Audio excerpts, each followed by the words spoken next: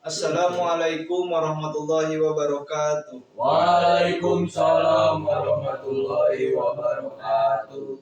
Allahu akbar kabira walhamdulillahi bukrata wa asila.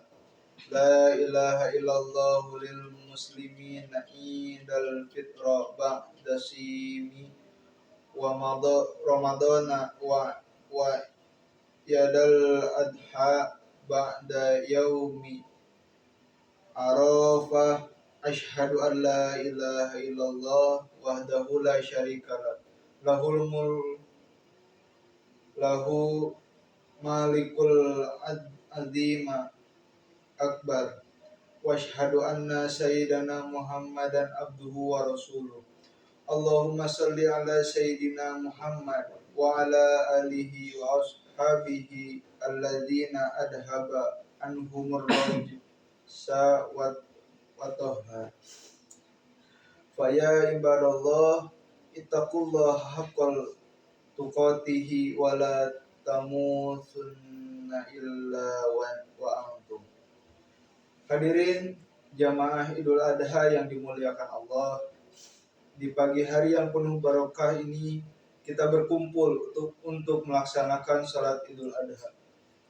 Baru saja kita melaksanakan ruku' dan sujud sebagai manifestasi perasaan takwa kita kepada Allah Subhanahu wa Ta'ala. Kita agungkan namanya, kita gemakan takbir dan tahmid sebagai pernyataan dan pengakuan atas keagungan Allah. Takbir yang kita ucapkan bukanlah sekedar gerak bibir tanpa arti, tetapi merupakan pengakuan dalam hati, menyentuh dan menggetarkan relung-relung jiwa manusia yang beriman.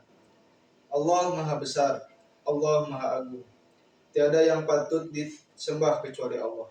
Karena itu, melalui mimbar ini, saya mengajak kepada diri saya sendiri dan juga kepada hadirin sekalian, marilah tundukkan kepala dan jiwa kita di hadapan Allah yang Maha Besar. Campakkan jauh-jauh sifat keangkuhan dan kecongkaan yang dapat menjauhkan kita dari rahmat Allah Subhanahu wa Ta'ala. Sebab apapun kebesaran yang kita sandang, kita kecil di hadapan Allah. Betapa perkasanya kita masih lemah di hadapan Allah yang Maha Kuat. Betapa hebatnya kekuasaan dan pengaruh kita. Kita tidak berdaya dalam genggaman Allah yang Maha Kuasa atas segala-galanya. Hadirin jamaah Idul Adha yang dimuliakan Allah, Idul Adha dikenal dengan sebutan Hari Raya Haji, di mana kaum muslimin sedang menunaikan haji yang utama, yaitu wukuf dan Arafah. Mereka semua memakai pakaian serba putih dan tidak berjahit, yang disebut pakaian ihram, melambangkan persamaan akidah dan pandangan hidup, mempunyai tatanan nilai, yaitu nilai persamaan dalam segala segi bidang kehidupan. Tidak dapat dibedakan antara mereka, semuanya merasa sederajat, sama-sama mendekatkan diri kepada Allah yang Maha Perkasa, sambil bersama-sama membaca kalimat talbiyah. Labbaik Allahumma labbaik, labbaik la syarika laka labbaik. Di samping Idul Adha dinamakan Hari Raya Haji, juga dinamakan Idul Kurban, karena merupakan hari raya yang menekankan pada arti berkorban. Kurban itu sendiri artinya dekat, sehingga kurban ialah menyembelih hewan ternak untuk mendekatkan diri kepada Allah Subhanahu wa Ta'ala. Diberikan kepada fuqara wal masakin. Masalah pengorbanan dalam lembaran sejarah kita diingatkan pada beberapa peristiwa yang menimpa Nabiullah Ibrahim alaihissalam beserta keluarganya Ismail dan Siti Hajar. Ketika Nabi Ibrahim diperintahkan Allah Subhanahu wa Ta'ala untuk menempatkan dirinya Hajar, istrinya Hajar bersama Nabi Ismail putranya, yang saat itu masih menyusu. Mereka ditempatkan di suatu lembah yang tandus, gersah, tidak tumbuh sebatang pohon pun. Lembah itu demikian sunyi dan sepi, tidak ada penghuni seorang pun. Nabi Ibrahim sendiri tidak tahu apa maksud sebenarnya dari wahyu Allah yang menyuruh menempatkan istri dan putranya yang masih bayi itu. Ditempatkan di suatu tempat paling asing di sebelah utara, kurang lebih 1.600 km dari negaranya sendiri, Palestina. Tapi baik Nabi Ibrahim maupun istrinya Siti Hajar menerima perintah itu dengan ikhlas dan penuh tawakal. Seperti yang diceritakan oleh Ibnu Abbas bahwa tatkala Siti Hajar kehabisan air minum hingga tidak bisa menyusui Nabi Ismail, beliau mencari air kian kemari sambil lari-lari kecil antara Bukit Sofa dan Marwah sebanyak 7 kali.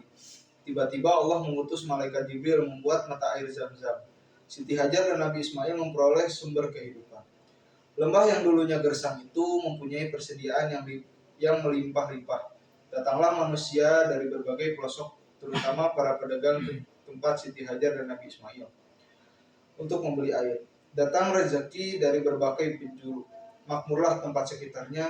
Akhirnya lembah itu hingga saat ini terkenal dengan kota Makkah, sebuah kota yang aman dan makmur.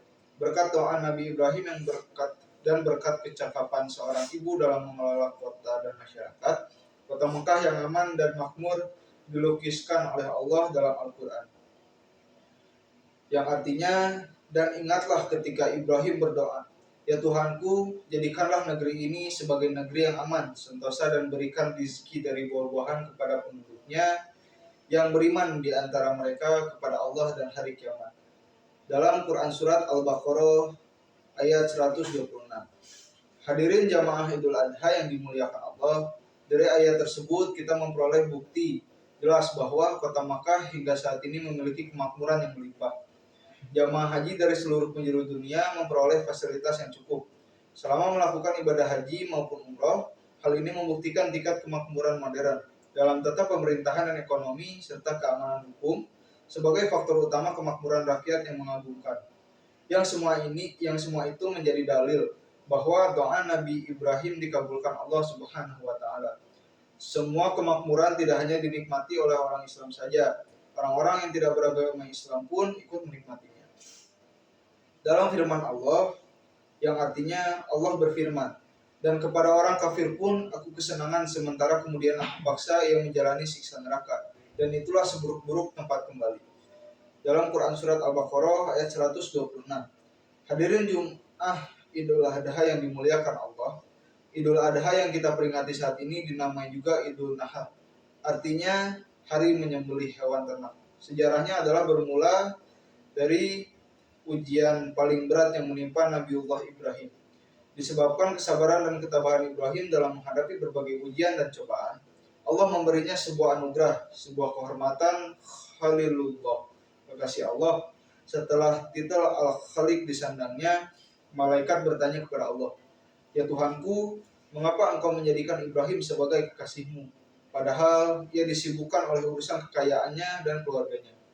Allah pun berfirman, jangan menilai hambaku Ibrahim ini dengan ukuran lahiriah. Tengoklah isi hatinya dan amal baktinya. Kemudian Allah Subhanahu wa taala mengizinkan para malaikat menguji keimanan serta ketakwaan Nabi Ibrahim. Ternyata kekayaan dan keluarganya tidak membuatnya lalai dalam taatnya kepada Allah. Dalam kitab Mishkatul Anwar disebutkan bahwa konon Nabi Ibrahim memiliki kekayaan 1000 ekor domba, 300 lembu, dan 100 ekor unta. Riwayat lain mengatakan kekayaan Nabi Ibrahim mencapai 12.000 ekor ternak. Suatu jumlah yang menurut orang di zamannya adalah tergolong miliarder. Ketika pada suatu hari Ibrahim ditanya oleh seseorang, milik siapa ternak sebanyak ini? Maka dijawabnya, kepunyaan Allah, tapi kini masih milikku. Sewaktu-waktu bila Allah menghendaki, aku serahkan semuanya. Jangan cuma ternak, bila Allah meminta anak kesayanganku, niscaya akan aku serahkan juga. Ibnu Katsir dalam tafsir Al-Quranul Azim mengemukakan bahwa pernyataan Nabi Ibrahim itulah yang kemudian dijadikan bahan ujian, yaitu Allah menguji iman dan takwa Nabi Ibrahim melalui mimpinya yang hak, agar ia mengorbankan putranya yang kala itu masih berusia 7 tahun.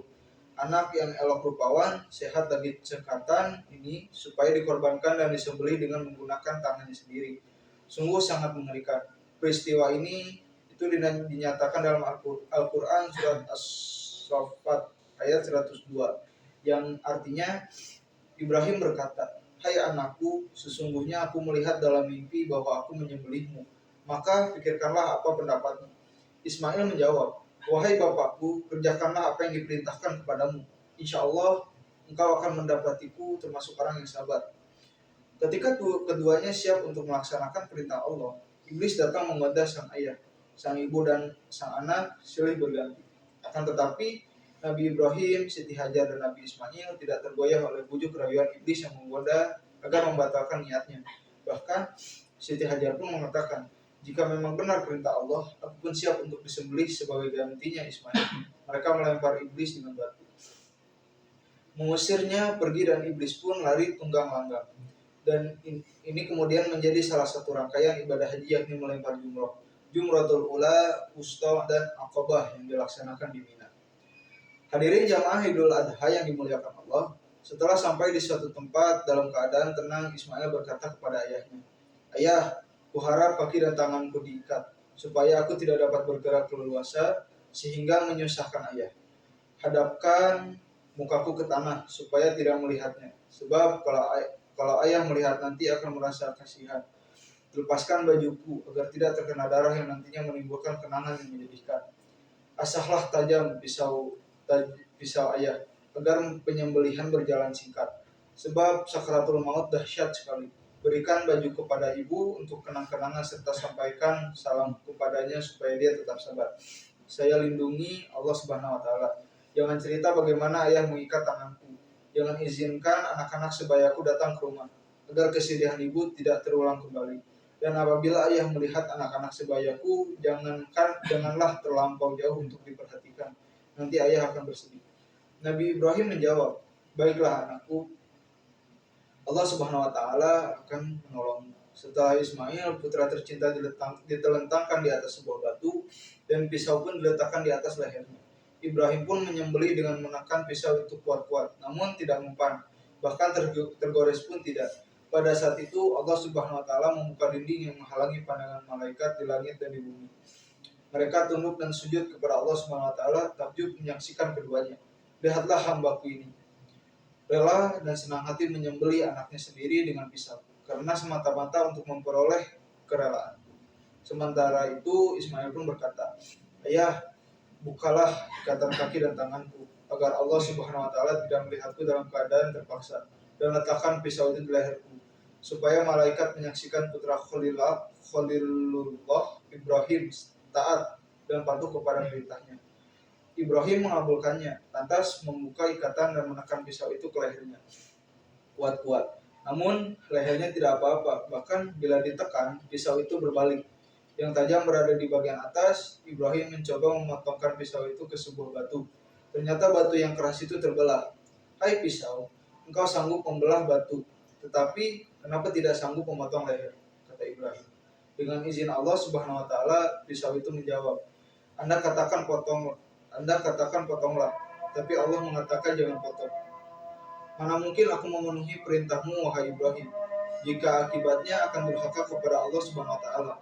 Pada itu Allah Subhanahu wa taala memerintahkan Jibril untuk mengambil seekor kibas dari surga sebagai gantinya.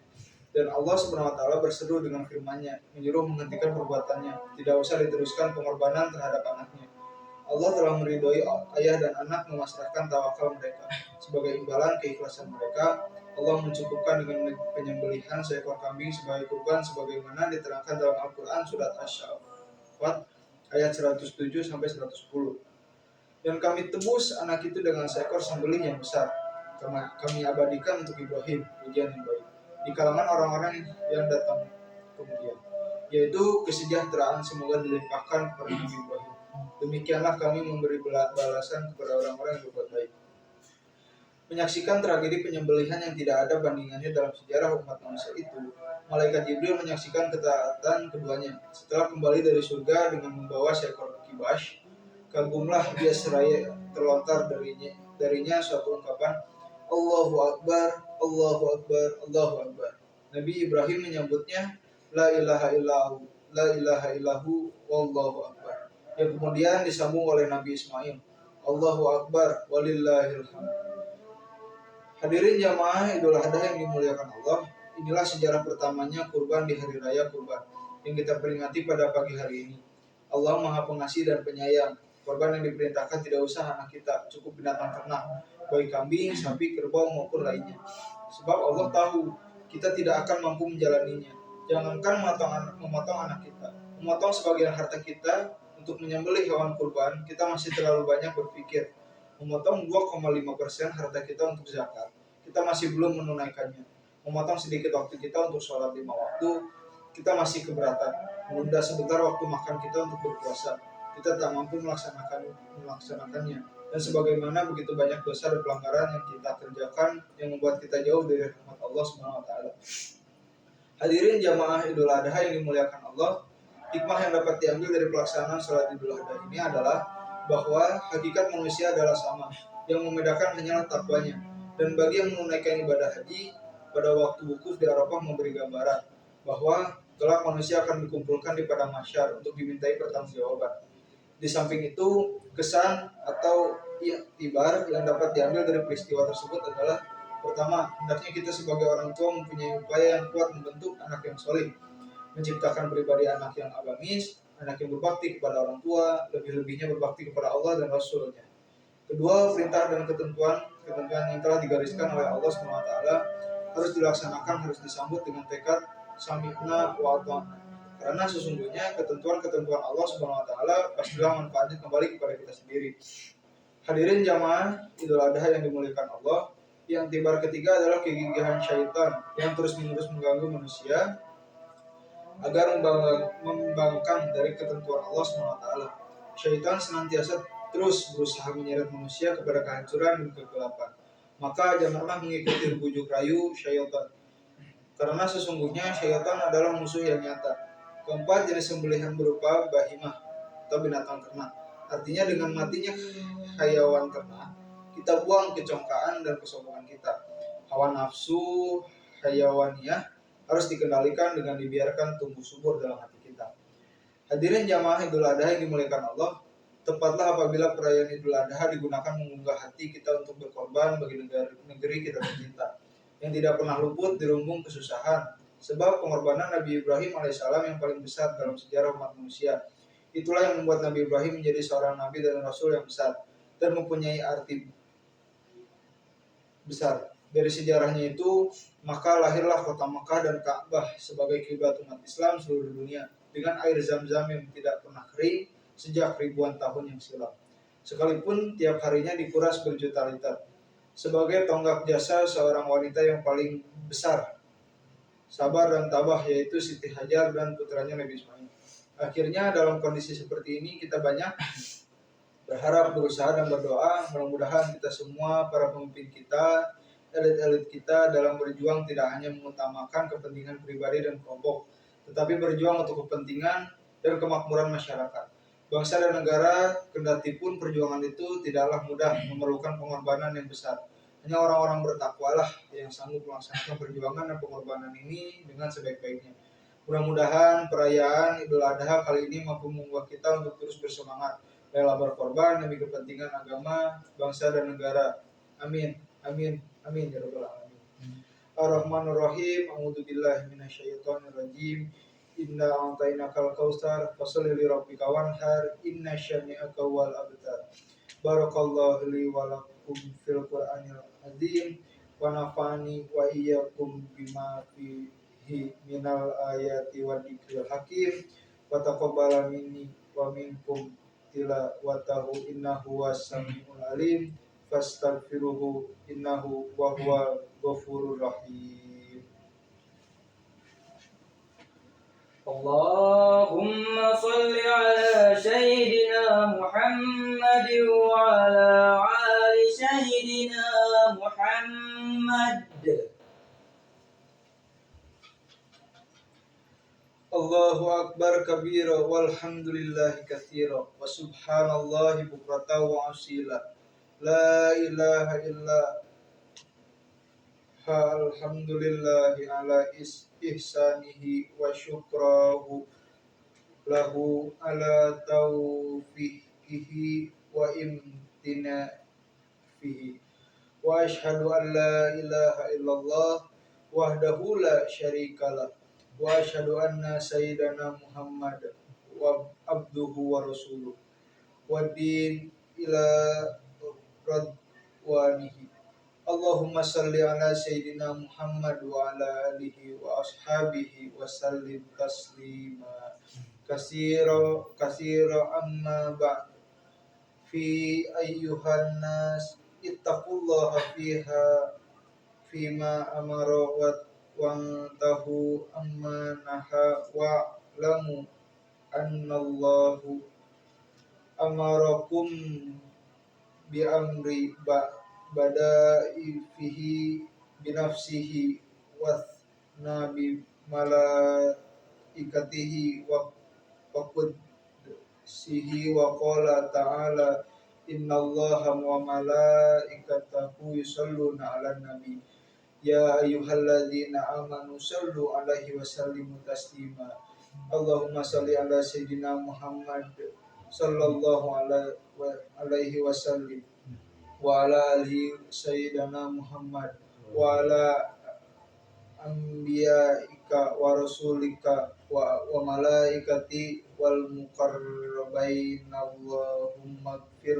lil mu'minina wal mu'minat wal muslimina wal muslimat al ahya'i minhum wal amwat Allahumma ighfir lil islami wal muslimina udhilla syair kawal musyrikin wansur ibadakal mauhidin wansur manasaddi nawahdul man khadalal muslimin wadammir a'da ad-din wa lakalimataka ilal yaumiddin Allahumma dfa'u annal bala'a wal waba'a wal zalaza wal minan wa su'al fina wal mihanama dahara minha wa ma batna bal bina Indonesia khassata wasa buldana wal muslimin ammata ya rabbal alamin rabbana dalamna anfusana wa ilam tagfir lana wa turhamna lanukunanna minal khasirin atina fi dunya hasanah wa fil akhirati hasanah wa qina adzabannar innallaha la yamuruna bil adla wal ihsan wa atina dikurbana wa yamha anfusa wal munkar wal ya'ikum la'allakum tadhakkarun wadhkurullahal azima yadhkurkum washkuruhu ala ni'amina mihi yazdakum wal dzikrullahi akbar astaghfirullahaladzim li wa lakum wassalamualaikum warahmatullahi wabarakatuh. Waalaikumsalam warahmatullahi wabarakatuh. Dan Jack hampir 20 menit Jack. Tuh kan 23